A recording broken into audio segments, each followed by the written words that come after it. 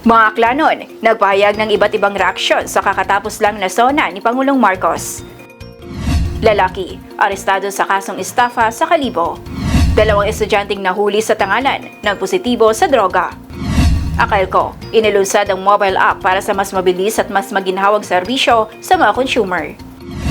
Pangulong Bongbong Marcos, isinusulong ang pag-alis ng systems loss sa singil sa kuryente. Hinihinala ang IED na tagpuan malapit sa Senado ilang oras bago ang SONA ni Pangulong Marcos. 715 PWDs sa Malay tumanggap ng 2,000 pesos quarterly financial assistance. Mahigit 80,000 na guro at school heads sa pampublikong paaralan na promote sa ilalim ng expanded career progression. Inflation, nananatiling isa sa urgent national concern ng mga Pinoy. Minimum buying price ng basang palay itataas sa 21 pesos kada kilo simula Setyembre.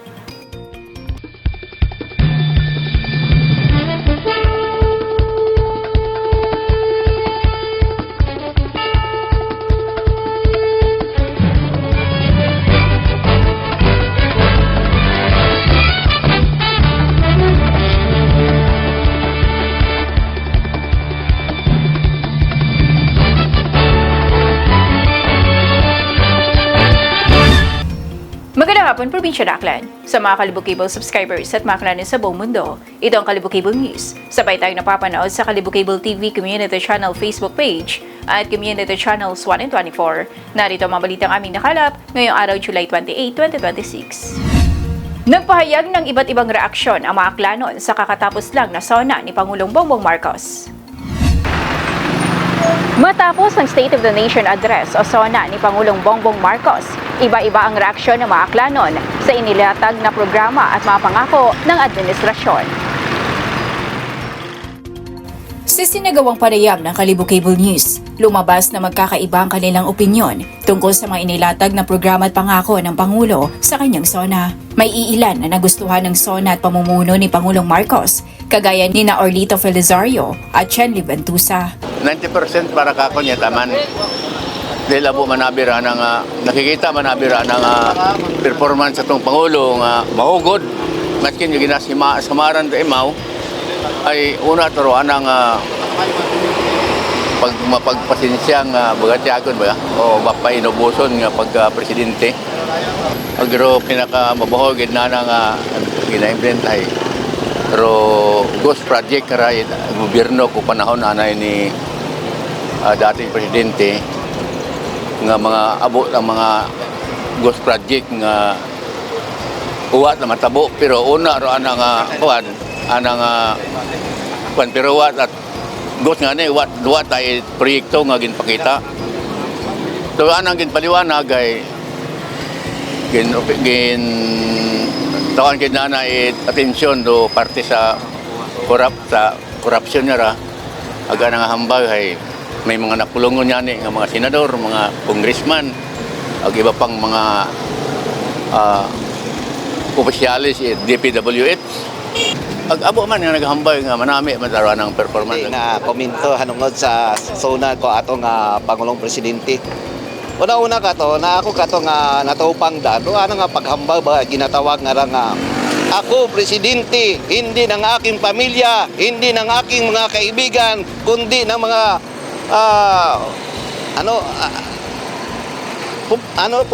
pumuguyo man na ato nga banwat nasyong Pilipinas. Very good na nga pandon. Mayad na tanan ng Presidente. Pero problema ka taraanat ang mga aliporis.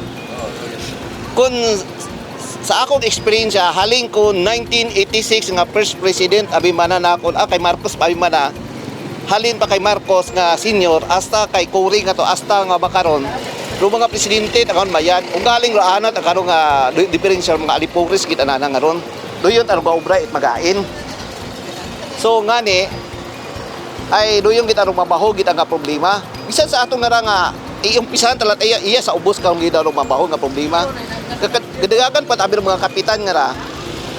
Do ato nga mga pumuyo sa every barangay hindi man tanan na. Pat mahuway nga pinangayo ron. So karon may nagapinans kanda karon. Doon mga gapinans kanda karon. Doon do mga nagatiguha man nga mabawi man ba nandaraan nga gintao nga mga finance. Doon yung kita mapahol ka nga problema.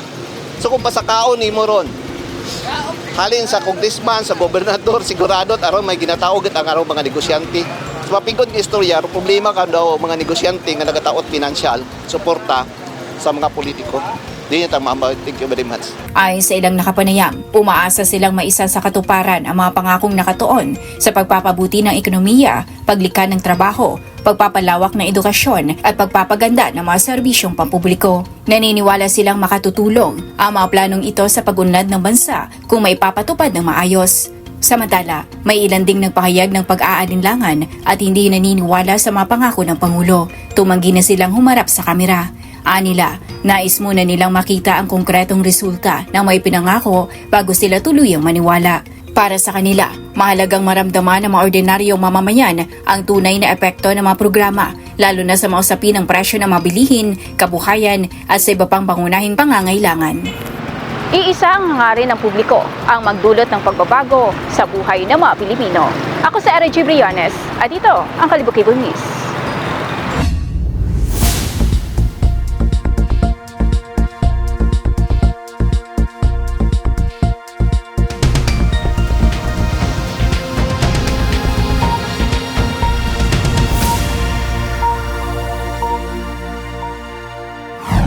Sa bisa ng warrant of arrest, inaresto ang isang lalaki sa kasong estafa.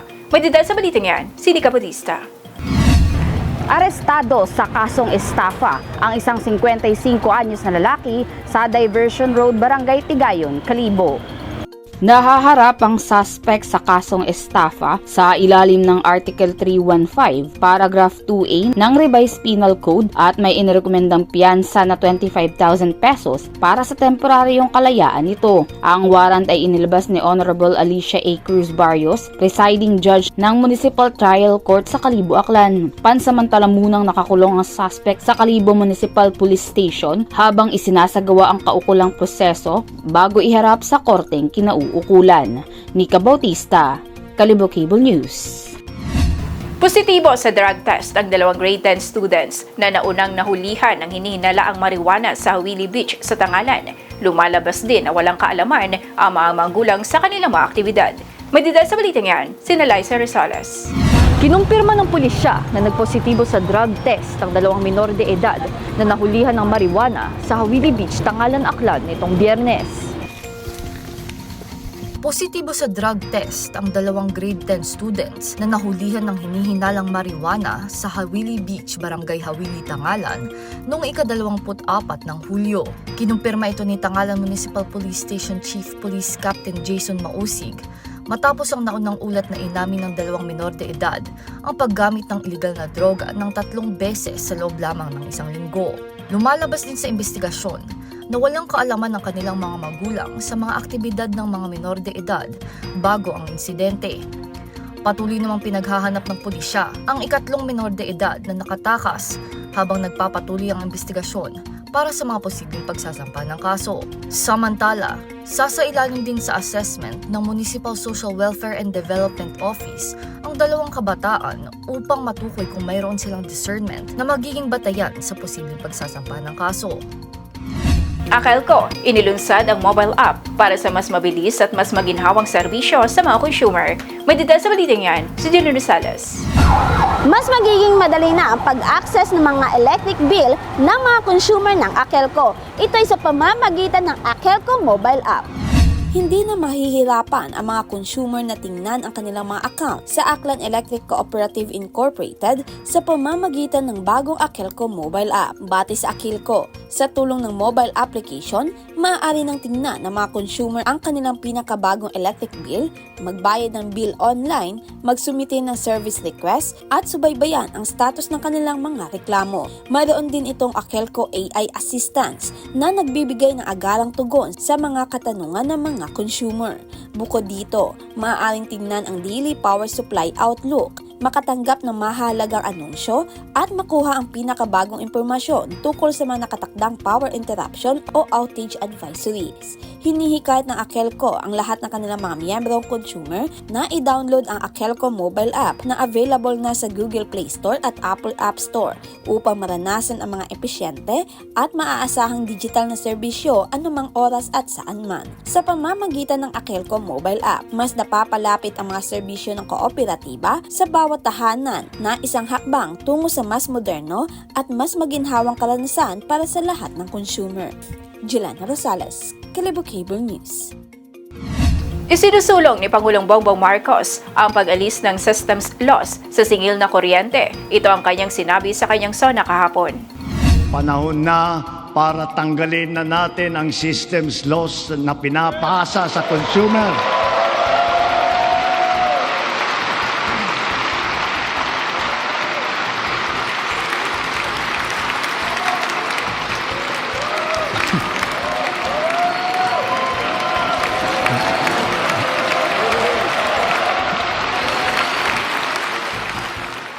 Sa kanyang State of the Nation Address or SONA, sinabi ni Pangulong Ferdinand Bongbong Marcos Jr. na panahon ng alisin ang tinatawag na systems loss na ipinapasa sa mga consumer bilang bahagi ng kanilang bayarin sa kuryente. Ayon sa Pangulo, hindi makatarungang ipasa sa mga mamimili ang naturang singilin. Anya, ang systems loss ay dinadagdag sa bayarin ng mga consumer at napapatawan pa ng value-added tax.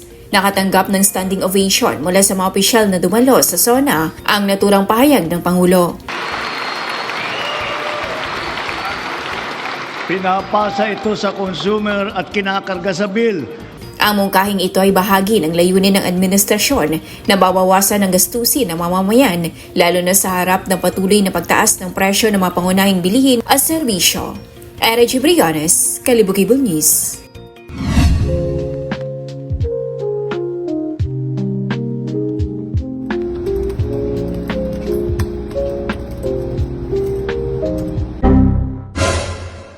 Hay, natugaw mataro internet. Oh no! May deadline pa ako inagahay. Katagamad Hindi nakagawa ng research dahil nawala ng internet. Magkalibol-cable na kasi.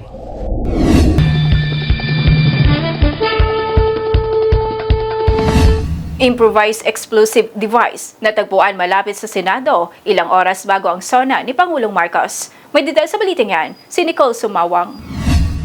Isang hinihinalang improvised explosive device ang natagpuan malapit sa gusali ng Senado kahapon, ilang oras bago ang ikalimang State of the Nation address ni Pangulong Ferdinand R. Marcos Jr. Ayon sa Pasay City Police, agad na rumesponde ang Explosive Ordnance Disposal Team upang suriin at ligtas na ma-neutralize ang kahina-hinalang bagay. Matapos ang isinagawang operasyon, na-recover sa lugar ang isang 9-volt na baterya, blasting cap, orasan at isang plastic jar na naglalaman ng brown powder na hinihinalang sangkap ng pampasabog. Wala namang naiulat na nasugatan o nasawi sa insidente. Sa kasalukuyan ay nagpapatuloy ang investigasyon ng Pasay City Police upang matukoy ang pinagmulan ng hinihinalang IED. Nicole Sumawang, Kalibo Cable News. Patuloy ang pagpapalawak ng serbisyong palipunan ng lokal na pamahalaan ng Malay para sa mga sektor na higit na nangangailangan ng suporta, kung saan mahigit 700 persons with disabilities ang tumanggap ng financial assistance. May detalye sa balitang yan, si Raymar Chidasio. Umabot sa 715 persons with disabilities mula sa 17 barangay ng bayan ng Malay ang tumanggap ng 2,000 pesos na quarterly financial assistance bawat isa sa isinagawang 2 araw na payout noong Hulyo 23 hanggang 24. Pinangunahan ang distribusyon ng tulong pinansyal ng Municipal Social Welfare and Development Office at naging katuwang din sa programa ang Municipal Persons with Disability Affairs Office at suporta ng PWD Federation. Upang matiyak ang maayos at organisadong pamamahagi ng ayuda, isinagawang payout sa loob ng 2 araw na magkahiwalay na lugar. Noong Hulyo 23, tumanggap ng kanilang ayuda ang mga benepisyaryo mula sa unang cluster ng mga barangay sa covered court ng Barangay Argao, habang ipinagpatuloy naman ang distribusyon noong Hulyo 24 sa covered court ng Barangay Balabag para sa mga natitirang benepisyaryo. Ang munisipalidad ng Malay lamang ang lokal na pamahalaan na nagpapatupad ng locally funded quarterly financial assistance program para sa mga persons with disabilities. Patunay ito ng patuloy na adhikain ng pamahalaang bayan na isulong ang inklusibong pamamahala at matiyak na walang PWD ang maiiwan sa pagtanggap ng kinakailangang suporta. Ang programa ay pinondohan ng lokal na pamahalaan sa pamamagitan ng Municipal Ordinance No. 558 Series of 2024 na naglalayong palawakin ang mga benepisyaryo at pribilehiyo ng mga persons with disabilities sa munisipalidad. Layunin din itong magbigay ng tuloy-tuloy na pinansyal na suporta at higit pang palakasin ang kapakanan, inklusyon at pagbibigay ng kapangyarihan sa sektor ng PWD. Malaking tulong ang natatanggap na ayuda para sa kanilang pang-araw-araw na gastusin, pagbili ng maintenance medicines at iba pang mahalagang pangangailangang medikal. Raymar Judosio, Kalibo Cable News. Mahigit 80,000 na guro at school heads sa pampublikong paaralan na promote sa ilalim ng Expanded Career Progression. Madida sa balitan yan, si Jenny Rosales. Kasama sa itinampok sa ikalimang State of the Nation Address o SONA ni Pangulong Bongbong Marcos Jr. ang mapromote ang mahigit 80,000 na guro at school heads sa pampublikong paaralan sa ilalim ng Expanded Career Progression Program at pagbubukas ng karagdagang posisyon para sa mga bagong guro na may mahigit 30,000. Matatandaan na nangako si President Marcos Jr. na walang magriretirong guro na nasa Teacher 1 na kung saan agad naman itong naisakatuparan. Maliban dito, binigyang halaga din ni Presidente na ang mga overseas Filipino workers na magbabalik sa bansa ay mabibigyan ng trabaho sa pampublikong paaralan sa ilalim ng program sa Pinas, Ikaw ang Ma'am at Sir, isang reintegration initiative na nag-uugnay sa repatriated OFWs at oportunidad sa pagtuturo sa bansa. Samantala, nangako naman si President Marcos Jr. na patuloy na magsasagawa ng mas pinalawak na school-based feeding program mula kinder at grade 2 upang magpataas ang lubos na nangangailangan ng nutrisyon. Jelana Rosales, Kalibo Cable News. Nananatiling isa sa urgent national concern ng mga Pinoy ang inflation. Madida sa balitan yan, si Rica Batista. Nananatiling isa sa tatlong most urgent national concern ng mga Pinoy ay ang presyo ng mga pangunahing bilihin batay sa survey na isinagawa ng Pulse Asia nitong March 2026. Lumalabas na 57% ng mga respondent ang pumili ng nasabing alalahanin sa buong Pilipinas. Visayas ang may pinakamaraming respondent ang sumagot nito na umabot sa 65%. Ilan din sa top issues ang paglaban sa korupsyon, kahirapan, kriminalidad, droga, kakulangan sa trabaho, presyo ng gasolina at marami pang iba. Nika Bautista, Kalibo Cable News. Minimum buying price ng basang palay itataas sa 21 pesos kada kilo simula Setyembre. Madida sa balitan yan, si Jerry Rosales.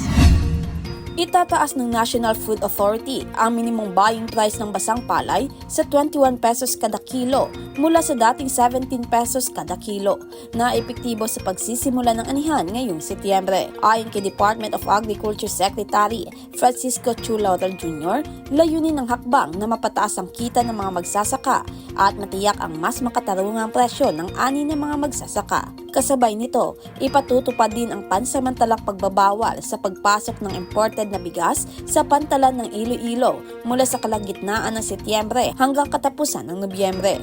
Layunin nito na bigyang prioridad ang pagbili ng lokal na ani sa kasagsagan ng panahon ng anihan. Inaasahan ng Department of Agriculture na makatutulong ang mga hakbang na ito upang maprotektahan ang kabuhayan ng mga magsasaka at mapanatili ang patas na presyo ng palay sa bansa. Jelana Rosales, Kalibo Cable News.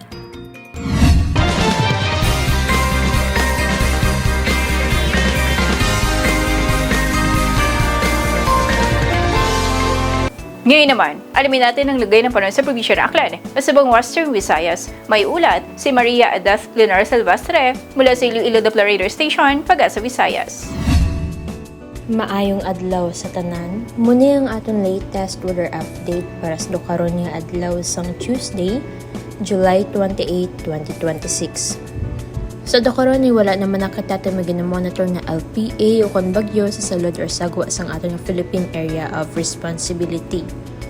Samtang southwest monsoon ang nag-aapekto sa may western section of Luzon, Kag diri naman sa Western Visayas ay generally fair weather kita, pero wala man natin ginadula ang mga posibilidad sa mga isolated mga pag-ulan, pangilat kag panaguob, tuga sa mga localized thunderstorms. Mahina tubtub makasarangan naman ang hangin naton nga magahalin sa direksyon southwest, nga magadalas ang makanay tubtub makasara nga pagbalod sang aton kadagatan. Forecast temperature naton generally nasa 24 to 32 degrees Celsius. Ang adlaw magatunod alas 6:15 karon sa hapon kag magabutlak ini alas 5:38 buwas sang aga. Kag muna ang aton latest weather update para sa mga dugang nga impormasyon ay bisitahan lang aton official website at www.bagong.pagasa.dost.gov.ph pati na ang aton mga official social media accounts. Halin diris may Iloilo Doppler Radar Station Pag-asa Visayas DOST. Ako si Maria Edith Linor Silvestre, madamugid nga salamat.